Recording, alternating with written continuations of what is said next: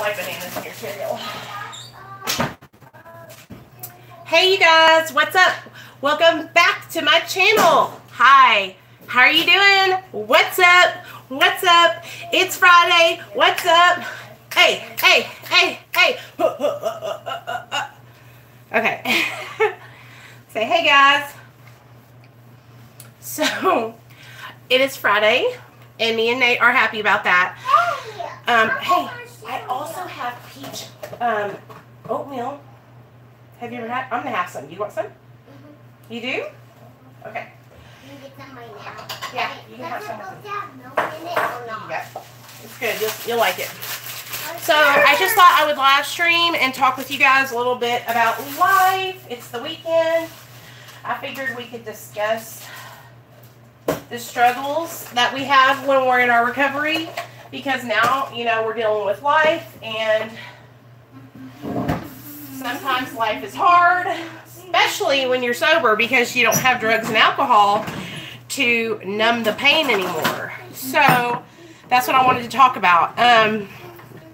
You know, I have had a lot of close friends of mine pass away in the last 2 weeks. About 5 people that I knew personally have died recently, and it has really messed with me a little bit. It's been really hard to grieve, because first of all, the only grieving I've ever done was whenever my friend Nikki committed suicide, and I literally went out and got so high for like 6 years that I couldn't even see, you know, it was just crazy. So I don't know how to grieve properly. Like, I don't know how to take the time and really just grieve. So, you know, and then life doesn't stop, so I've just been going 90 to nothing, working and taking care of my son and just doing life, and it's hard. Like, life is hard. And yeah, it's just hard sometimes. Okay, baby, here's some oatmeal. You want sugar in it? It's hot. You got some sugar in it? Wait, I haven't tried this in a long time. I've been wanting this. Oh, it's good. Hold on, let me get some milk. Wait, what are those little orange things? Those are peaches. I don't like Oh, you'll like them. I promise. Wait. That's just going to make it a little bit more cold. And then Wait, you want some sugar in it? Wait, no. No sugar? Okay. Can I have milk? Does it come with milk? Why? I thought it said, you just said it comes with milk. You can have some chocolate milk, yeah. That's good. Good and sweet. You ready? Okay. 3, 4, 5. Tell me what you think. 1, 2, 3, 4.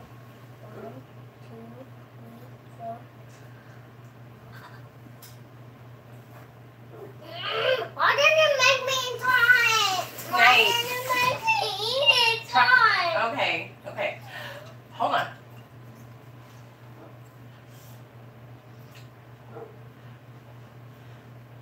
Try it. Not bad? What do you think? Good. Okay. Blow on it? Okay. There you go. Can you put it in a fan for a second? Sure.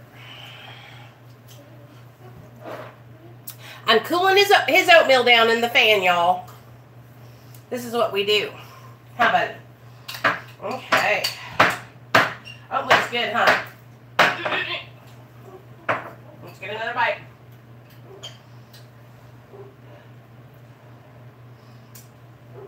When you were little, you used to eat oatmeal all the time. Good, huh? When you were a baby, you used to love oatmeal.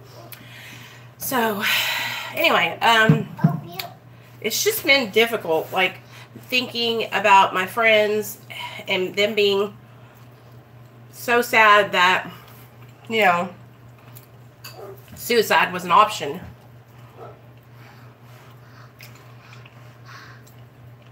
The other struggles that I face in my recovery are like triggers. Lately here, I drive into this part of town where I used to use at. I used to cop crack there all the time. And I hate driving through there.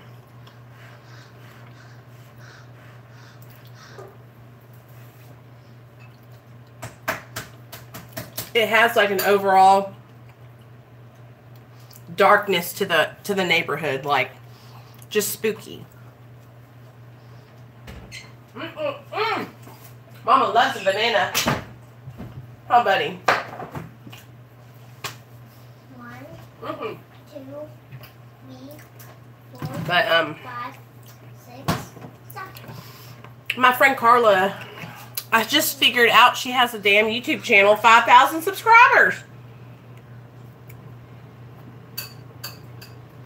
I was like, bitch, I'm gonna need you to shout me out. Mom, did you say how? You want some? Did you say 1,000 or 600? 5,000 subscribers. Can you believe that? That's a lot. It's Friday. Why did somebody leave Friday. Why did somebody leave Friday. Mom, why did somebody Mom, why Hey did, guys. Ah! What? Why did somebody leave the cookies out? Alexander, look at me. Look at me one time. Focus. Do not yell at me again. Got it? Okay. I love my son, but he literally yells at me like I am the same as him, and it drives me insane. So anyway, we're talking about the struggles of sobriety, y'all. We're talking about triggers. We're talking about the obsession to use. We're talking about life on life's terms. Do you guys struggle? I mean, tell me, like, Matt, Bobby, I mean, most Matt. I don't even know where the name came from. Bobby Johnson. What do you struggle with? Do you struggle with triggers? Do you, like, are you having problems dealing with life? Like, okay, here's where I have things go on. Like, I'll wake up and I'll get ready to go to work and I'll feel just tired, okay? And what I miss about being in my addiction was being able to use to get energy. I liked that feeling I got when I would get high and, you know, run around and do all my chores and go to work, and I felt like I was getting so much accomplished. I wasn't, you guys, because I was screwing some stuff up. But it was like, I don't know how to explain it.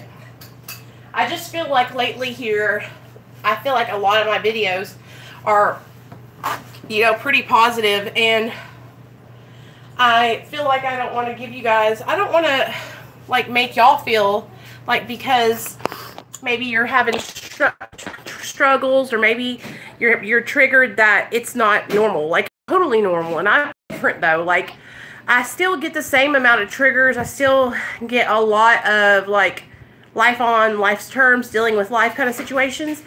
But the difference now is that I have coping skills that I didn't have before. And I worked for 3 years to learn different coping skills.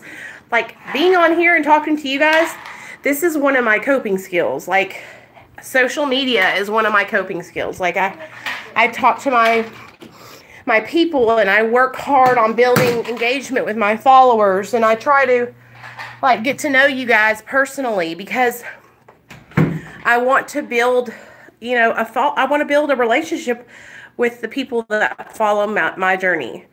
And I want you guys to feel like you're part of my family, you know, because y'all are helping me stay alive. Y'all are helping me stay sober. Nate, you gonna eat this oatmeal or not, boy? Or moving. Oh, yeah. So, see, and it's like, so you're right around where people are using. Yeah.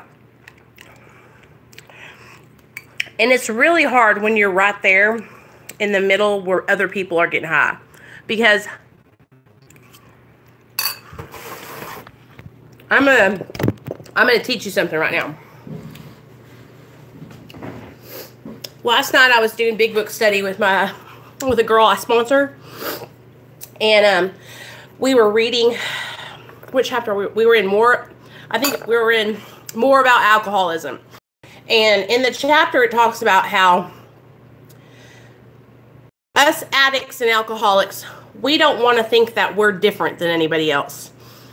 We don't want to admit to ourselves that we can't drink and use drugs like normal people can. We will spend half of our lifetimes trying to get high and not have negative consequences. And that shit is so true. I spent so many years trying to get fucked up, trying to drink, trying to use without losing my jobs, without losing my relationships, without wrecking my car, without catching charges. And because I'm a real alcoholic and a real drug addict, it didn't matter what happened. I was always going to have some kind of negative consequence. And that's what makes an addict alcoholic, a real addict alcoholic, different from a regular person is we can have as many negative consequences as can be thrown at us, and we're still going to get high. Because it's not about the consequences. It's about the desire to use. It's about that obsession. It's about filling that void inside. It's about making those feelings that we don't like go away. And so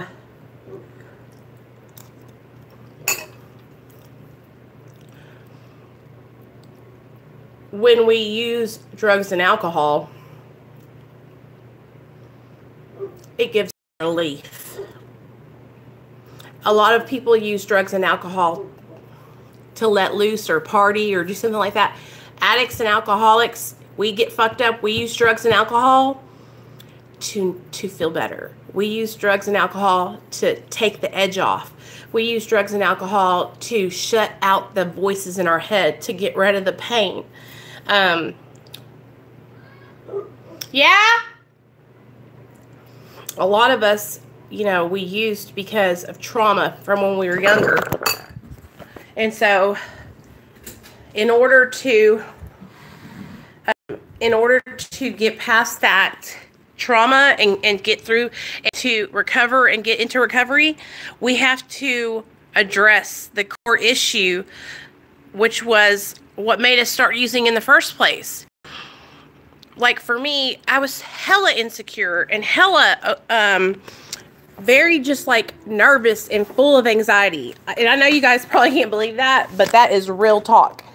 I've always been really, really full of anxiety and super high strung. What are you doing, Nate? You want to take a bath or no? Sorry, this is a bad angle.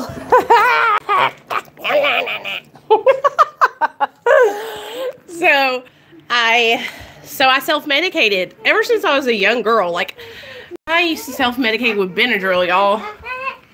Trying to, like, not feel and pass out, you know? Look, I actually cleaned Nate's room, and I gotta show you. It doesn't look very good, but it's pretty clean compared to what it usually is. So, and then, this is my room. And he comes in here and just throws his toys all over the place in my room. Drives me crazy. Turn the TV on, baby. Mom, yeah. I just stole somebody's phone. Whose phone? Phone. Oh. He's got somebody's bone. So, okay, let's get into this. I'm going to get my book out so that way we can talk. I love talking with you guys. Like, this is, so, I love doing this. This is just like everything. Okay, so what it says at the beginning of the chapter is about how none of us like to think we are bodily or mentally different than our fellows. You know, we are already insecure. We don't want to think there's something else that's different about us, you know, but there is. We're not the same, y'all, as normal people. We have the disease of addiction inside of us, and we're going to have it for the rest of our lives. So getting sober and living in recovery helps, but we're always going to be fighting the disease of addiction, you know. And there's things that we can do. Stop being Nate. Go turn the TV on. Stop. I'm doing a study right now. And I watch Ethan and Cole. Nate, I don't have a phone for you to watch Ethan and Cole on. So now he just had his friend over. He has had, and I took him to the park today, and we went to Wendy's and got chicken nuggets. So he has been taken care of, okay? Okay, so we don't want to be different, but we are. And it's because we have the disease of addiction inside of us, and it's going to be a lifelong thing that we're going to be fighting, you know, for the rest of our lives. But what I have learned, and what this book tells me, which is the AAB book, is that if I have a connection with my higher power, God, or whatever your higher power is, it does not have to be Jesus Christ. It can be your idea of God. It can be anything, you guys, and that's what I want you guys to really take heed to. Don't ever make anybody feel like, or don't let anybody make you feel like, because your belief system is different, that you can't get into recovery. Because this is not about Jesus. This is not about that. This is about your spirituality. This is about your connection with your higher power and growing and learning about yourself. I'm a knobby. Okay, Nate, go turn the TV on, watch tunes. You're doing really good. So let me read a little bit of this to you. Okay, so it says, most of us have been unwilling to admit we were real alcoholics. No person likes to think he is bodily and mentally different from his fellows. Therefore, it is not surprising that our drinking and using careers have been characterized by countless vain attempts to prove we could drink like other people or use like other people. We learned that we had to fully concede to our innermost selves that we were addicts or alcoholics. This is the first step in recovery. So right now, stop what you're doing. Okay, if you are a drug addict or an alcoholic and you are trying to take the first step in your recovery, I want you to sit down. I want to look yourself in the phone, look at yourself in the mirror, and I want you to ask yourself, am I an addict? Am I an addict? Am I an addict alcoholic? That's what I am. And if you could answer that and say, yes, I am a drug addict.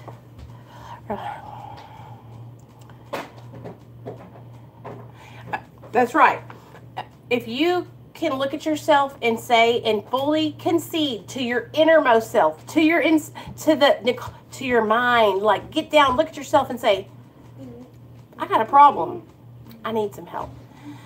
That's the first step. The first step is admitting that you got a problem.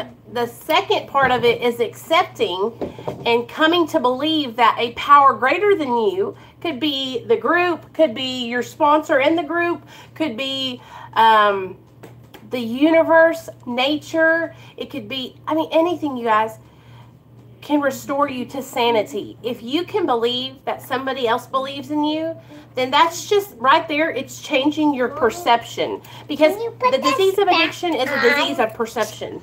It's all really how we handle things. Alexander, I'm going to ask you one more time to go over there and watch TV before I bust you up. Do you understand? I want to watch Ethan. Nate, I'm going to let you, listen, I'm doing my lesson and then you can watch TV. Here, hold on, guys. I'm going to put some cartoons on for Nate. How about How about you get me your phone? Sit down, up there. Get up there, Nate. You're about to make me mad, boy. I'm going to get your, hold on, guys.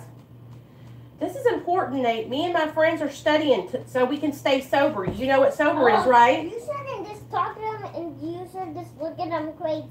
I'm not looking at them crazy. Well, I'm telling you. Ethan.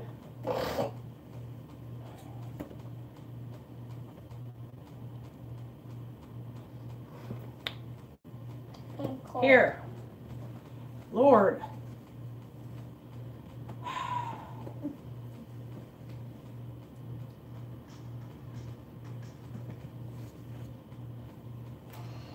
Okay. Shh. Okay, sorry guys. Sorry.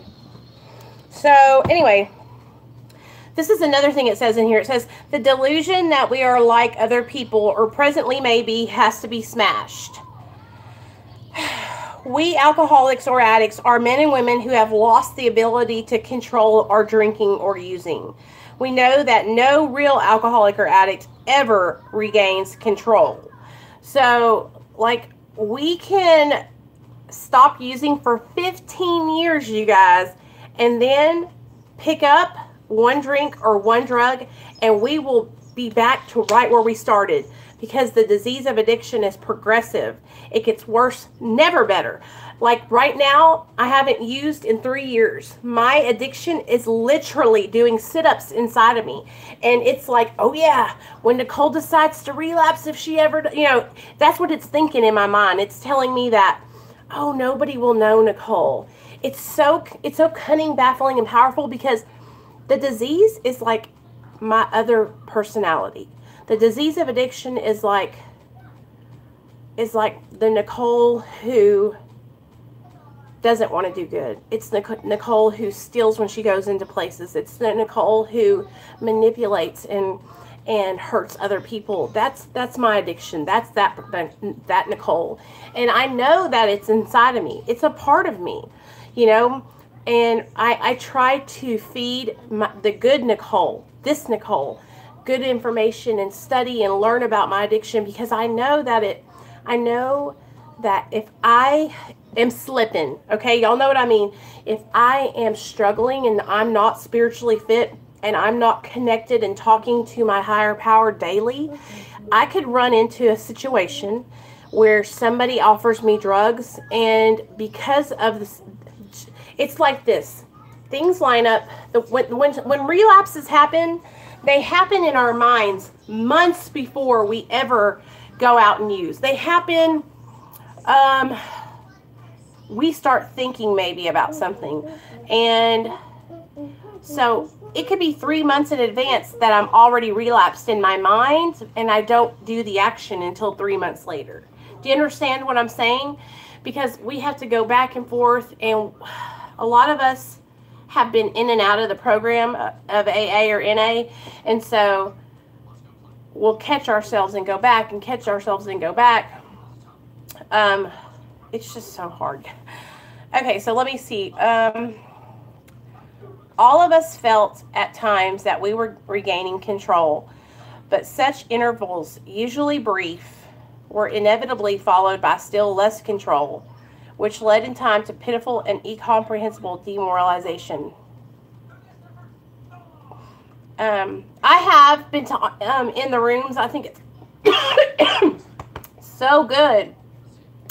It's like a year ago, I was going to an NA meeting on www.intherooms.com, and we could like get on there on video and share and everything, and it was really cool. Like, but now I try to go to a meeting every Friday, especially if Neil's off work.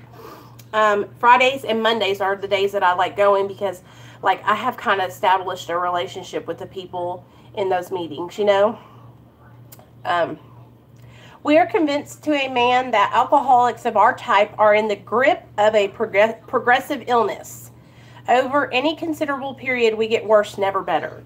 So, yeah, I think you'll really like it. Like, you just go in there and you can, like, sign up, and you'll get emails, and you'll get into, like, you can chat in different parts of the group, but you go on just like I am with you guys, and everybody, like, one guy is chairing it, and then he will ask you if you want to share. You don't have to share. You can pass. It's cool. It's cool. And it's really a good thing for, especially for people, for moms who are like at home and can't get out to like go to a face-to-face meeting.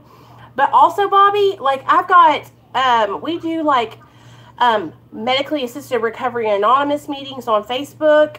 Also, like a bunch of us do like recovery story times on Chicago Hope Dealers. That's one of the groups that I really like on Facebook. And there's like a person telling their story every night on there. It's really cool.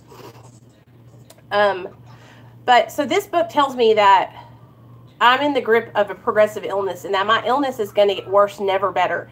And what that means is, like, the longer I go without drugs and alcohol in my body, the more my addiction is like, I need it, I want it, I need it, you know. And that's why I have to fight my addiction with my spirit, with my spirituality, my connection to God, because my God,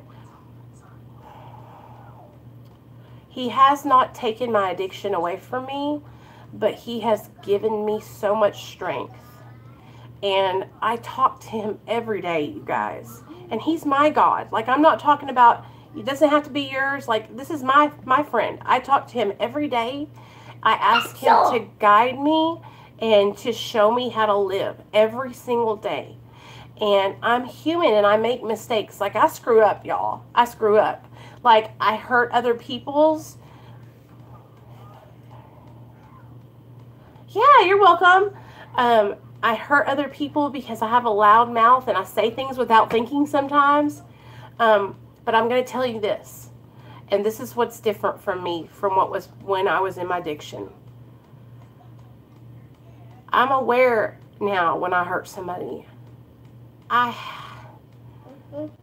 have a conscience now. Like, I feel wrong when I do things, you know, that are not right. Like, I feel intense guilt and shame whenever I hurt somebody or harm somebody now. And when I was in my addiction, I had been practicing and doing things to hurt people for so long that it didn't bother me, because I kept pushing those things down and pushing them down and blocking them out and getting high over them, you know?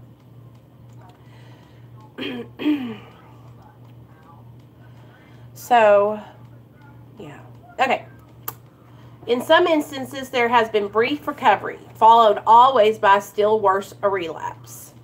Okay, so this is talking about that there's no kind of treatment that can cure us, that can make me not addicted. Okay, there's no treatment that they can give me that will take me and make me a normal person and never have the disease of addiction.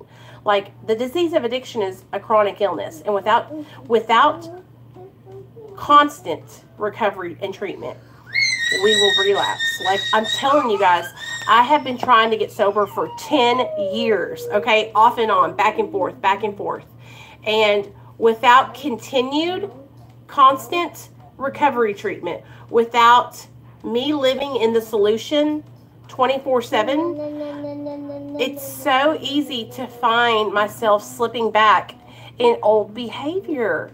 And it's that addiction, especially with opiates, heroin and Roxy's and those high-powered opiates, fentanyl, because the euphoria and the relief provided by those drugs is so strong that my mind does not forget it. And it's hard.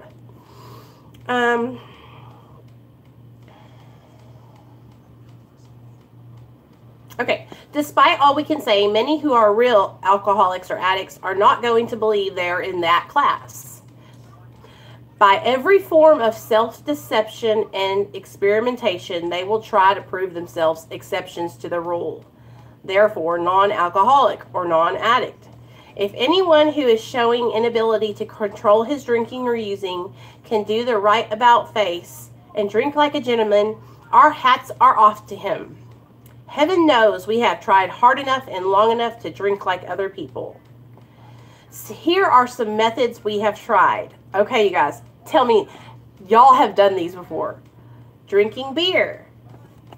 Drinking only beer. Limiting the number of drinks. So, and also, like, if you're an addict like I am, say, taking only Xanax. Limiting the number of Xanaxes. Never using or drinking alone. Never drinking or using in the morning. Drinking or using only at home. Never having it in the house. Never using during business hours. Use only at parties. Switching from Roxy's to heroin. Drinking only natural wines. Agreeing to resign if ever messed up on the job. Taking a trip, not taking a trip. Swearing it off forever. With and without a solemn oath. Taking more physical exercise, reading inspirational books, going to health farms and sanitariums, accepting voluntary commitment to asylums. We can increase the list to infinitum. So I think all of us have been there where we're like trying to manipulate and figure out how we can drink and use without having these horrible consequences, without like having the horrible results, which is usually jails, institutions, and death, you know. And we'll go back and forth, trying to figure out how we can get high without having consequences, or how we can get high without our wife wanting to leave us, or our husband wanting to leave us, or our mothers and fathers being mad at us. But we can try all those combinations. The only combination that works is not getting fucked up, not using, not drinking, you know. We do not like to pronounce any individual as alcoholic or addict, but you can quickly diagnose yourself. Step over to the nearest bar room and try some controlled drinking or using. Try to drink or use and stop abruptly. Try it more than once. It will not take long for you to decide if you are honest with yourself about it. It may be worth a bad case of the jitters if you get a full knowledge of your condition.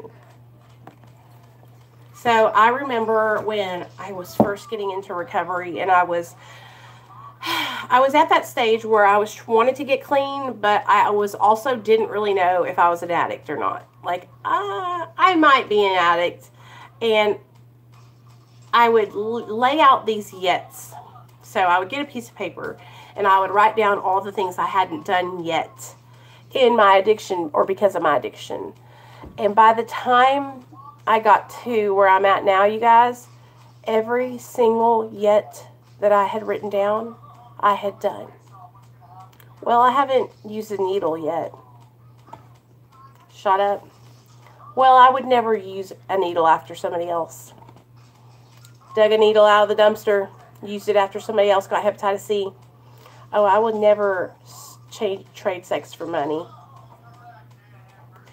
Oh, I would never steal from my mom and dad. Stole from them. Like, I could tell you the list goes on and on. But for the longest time, those yets that I hadn't done yet kept me from accepting the fact that I was an addict and that I needed help. And I'll just tell you from my experience that if you're waiting on your yets list to get longer, just give it some time, because it will. I thought my morals and values were so good and so high that I wouldn't do any of those things.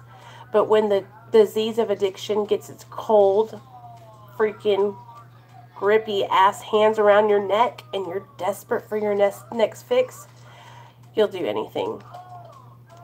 I'm just so grateful today that I have my son and that he's back in my life, and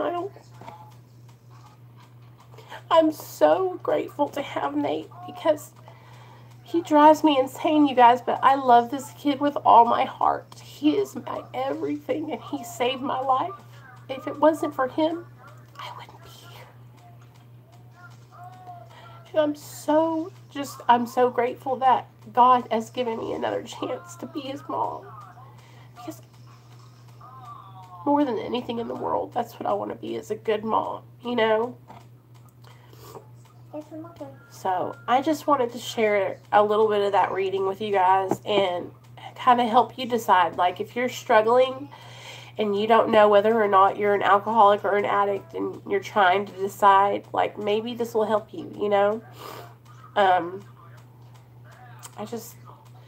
wanted to come on and do a live stream with you guys, so I hope that you guys enjoyed talking with me a little bit and care about you guys, and I hope each and every one of you are doing good. And if you're struggling with your recovery, just know that you're not alone. Like, I know how it is, and I struggle too, and